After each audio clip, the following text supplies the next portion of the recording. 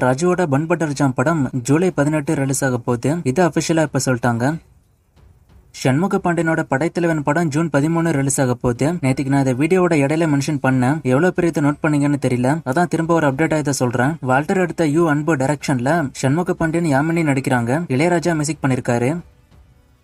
ஆண் பாவம் பொல்லாதது படத்தோட ஃபர்ஸ்ட் சிங்கிள் நாளைக்கு ஈவினிங் 6:05 வரப்போகுது. மூவிக்கான ஷூட்டிங் போய்கிட்டு இருக்கு.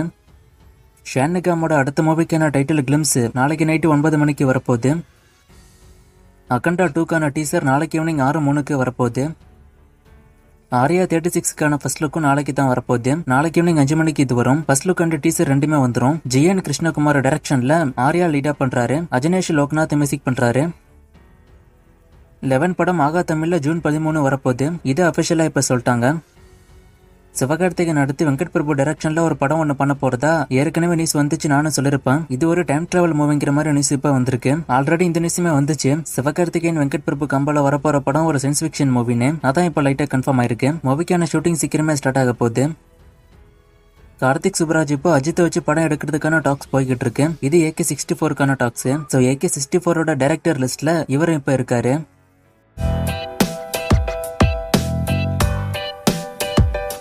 தகிலைஃப் நார்த் இந்தியா மல்டிபிளெக்ஸ்ல ரிலீஸ் ஆச்சு. அப்ப வசூல் அதிகமா வருமேனு ஒருத்தர் கேட்டிருக்காரு. நார்த் இந்தியா மல்டிபிளெக்ஸ்ல ரிலீஸ் ஆனாலும் அங்க உள்ள ஆடியன்ஸ்க்கு படம் பிடிச்சாதான் வசூல் இன்க்ரீஸ் ஆகும். இல்லனா ஃபிளாப் தான். எந்த படம் அங்க உள்ள ஆடியன்ஸ்க்கு பிடிக்கல.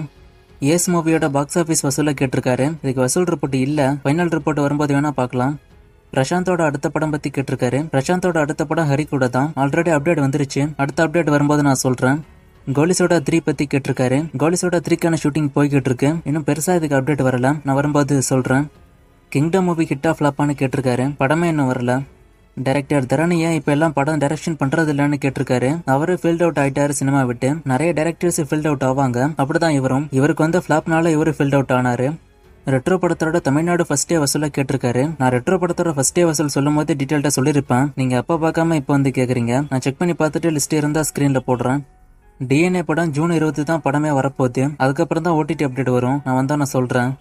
வடிவேலு பார்த்திபன் காம்போல புது படம் வரப்போதா. வடிவேலுவோட அடுத்த படம் பத்தி கேட்டிருக்காரு. வடிவேலுக்கு அடுத்து வரப்போற படம் மாரிசன் அண்ட் கார்த்தி 29. வடிவேலு பார்த்திபன் காம்போலையும் ஒரு படம் டாக் போய்கிட்டு இருக்கு. நான் கன்ஃபார்ம் ஆனதும் சொல்றேன். இட்லி கடை மூவிக்கு யாரு மியூசிக்னு கேட்டிருக்காரு. ஜிவி பிரகாஷ் தான்.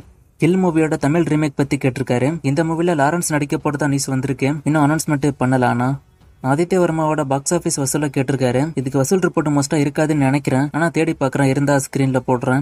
தக்லைஃப் ஹிட்டாக எவ்வளவு வசூல் வேணும்னு கேட்டிருக்காரு. 210 கோடி இந்த படம் ஹிட்டாக வசூல் வேணும்.